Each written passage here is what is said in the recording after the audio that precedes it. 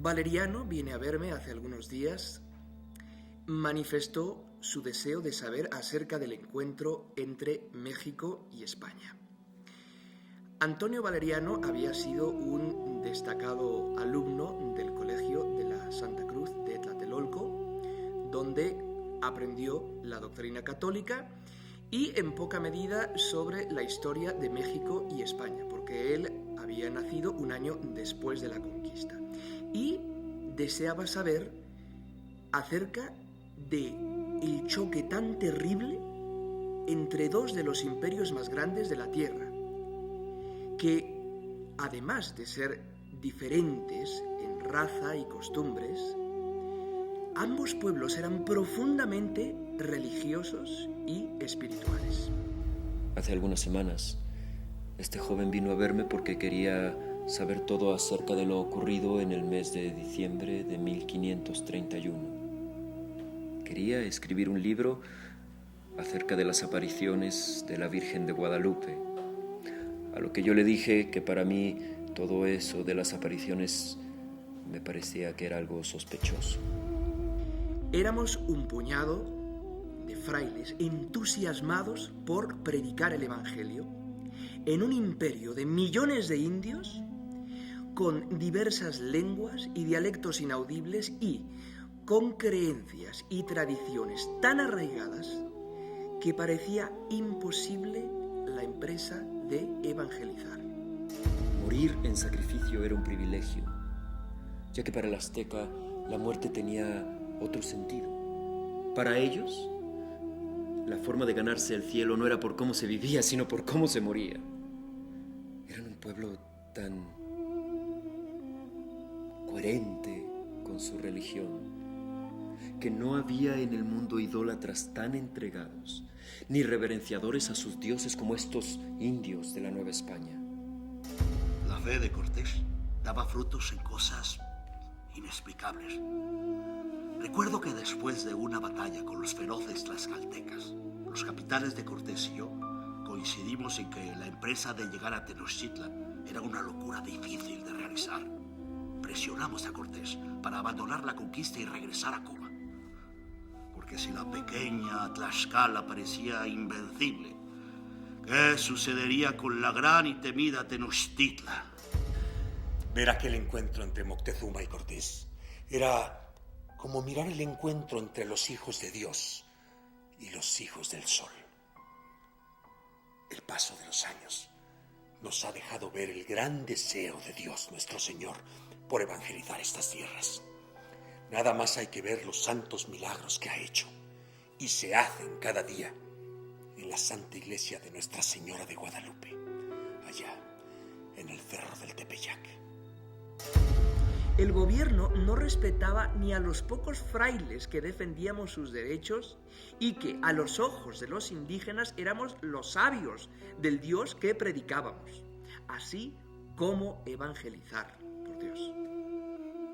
La situación entre el gobierno y el obispo era tan difícil que una ocasión donde Zumárraga hacía una marcha en defensa de los derechos humanos, uno de los oidores de la primera audiencia, de nombre Delgadillo, intentó asesinar al obispo, arrojándole una lanza, que gracias a la habilidad del obispo y a la ayuda de Dios, Zumárraga pudo evitar. Consciente de que no existía salida humana para evangelizar estas tierras y salvar la terrible situación que se vivía en la Nueva España, al final de la carta que dirigí al rey, escribí una súplica a Dios pidiendo su intervención. Me parece bien informar a vuestra serenísima majestad de todas las injusticias y de lo que pasa aquí en la Nueva España. Porque si Dios no provee con remedio de su mano, esta tierra está a punto de perderse totalmente. Ahí estaba ella, la noble señora frente a mí. Su vestido como el sol resplandecía. Así brillaba. Y las piedras y rocas donde estaba relucían como joyas. Todo brillaba como el arco iris. Debo confesar que cuando Juan Diego se presentó por primera vez, le dije que soñaba, que estaba borracho. No le creí y pedí una señal. Ella me pidió que regresara al siguiente día por la mañana para que llevara la señal.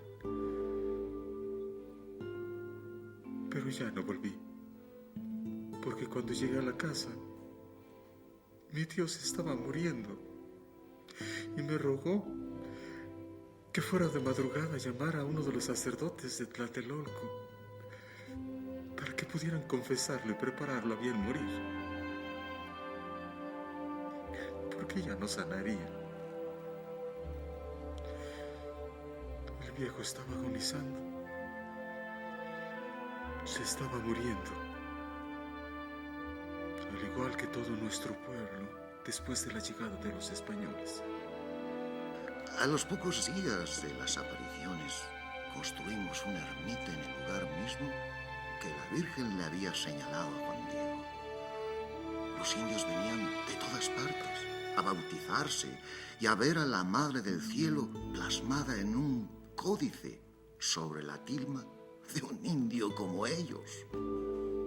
Cuando llegamos a la casa de mi tío, con algunas personas que el obispo pidió me acompañaran, vimos que ya estaba sano, que nada le dolía. Y nos dijo con alegría que mi muchachita también había estado ahí, que había pedido que se le llamara Santa María de Guadalupe. Ella misma se autonombra Santa María de Guadalupe, porque su nombre mismo es ya un mensaje de unidad y maternidad. María, nombre judío que significa la escogida por Dios, y Guadalupe, al ser de origen árabe, la Virgen con su nombre está uniendo a dos pueblos que siempre han estado en conflicto, y con su imagen mestiza une también a dos grandes imperios, a España con México. Él me hizo ver que cómo se podía pensar en idolatría cuando miles y miles de indios venían desde lugares tan lejanos, donde ni siquiera nosotros los misioneros habíamos puesto un solo pie, y que venían para pedir el bautismo de Jesucristo, único y verdadero Dios, y que lo pedían después de mirar aquella imagen. La escritura y lectura de los aztecas es a través de imágenes, códices llenos de símbolos y mensajes. Cuando los sabios y ancianos leen la imagen, se dan cuenta que aquel mensaje extraordinario en aquel códice venía de Dios.